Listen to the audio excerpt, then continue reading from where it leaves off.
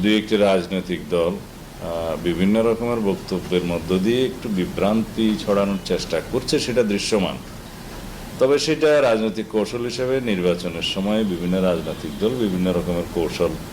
অবলম্বন করে থাকতে পারে, এটা তার অংশ হতে পারে। তবে আমাদের আহ্বান থাকবে, আমরা ফ্যাসিবাদ বিরোধী জাতীয় ঐক্য যেটা সৃষ্টি হয়েছে সেটাকে শক্তিতে পরিণত করে আগামী দিনে সুষ্ঠু, শান্তিপূর্ণ, গণতান্ত্রিক প্রক্রিয়া একটা নির্বাচন অনুষ্ঠান করি এবং এই জাতির প্রত্যাশা, শহীদের প্রত্যাশা, আমাদের অঙ্গীকার অনুসারে একটা শক্তিশালী গণতান্ত্রিক রাষ্ট্র নির্মাণ করি, এবং যেটা বাংলাদেশের বর্তমানে সবচেয়ে অগ্রাধিকার। এবং আমরা মনে করি বাংলাদেশের রাজনৈতিক জীবনে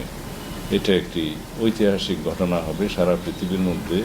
দৃষ্টান্ত স্থাপনকারী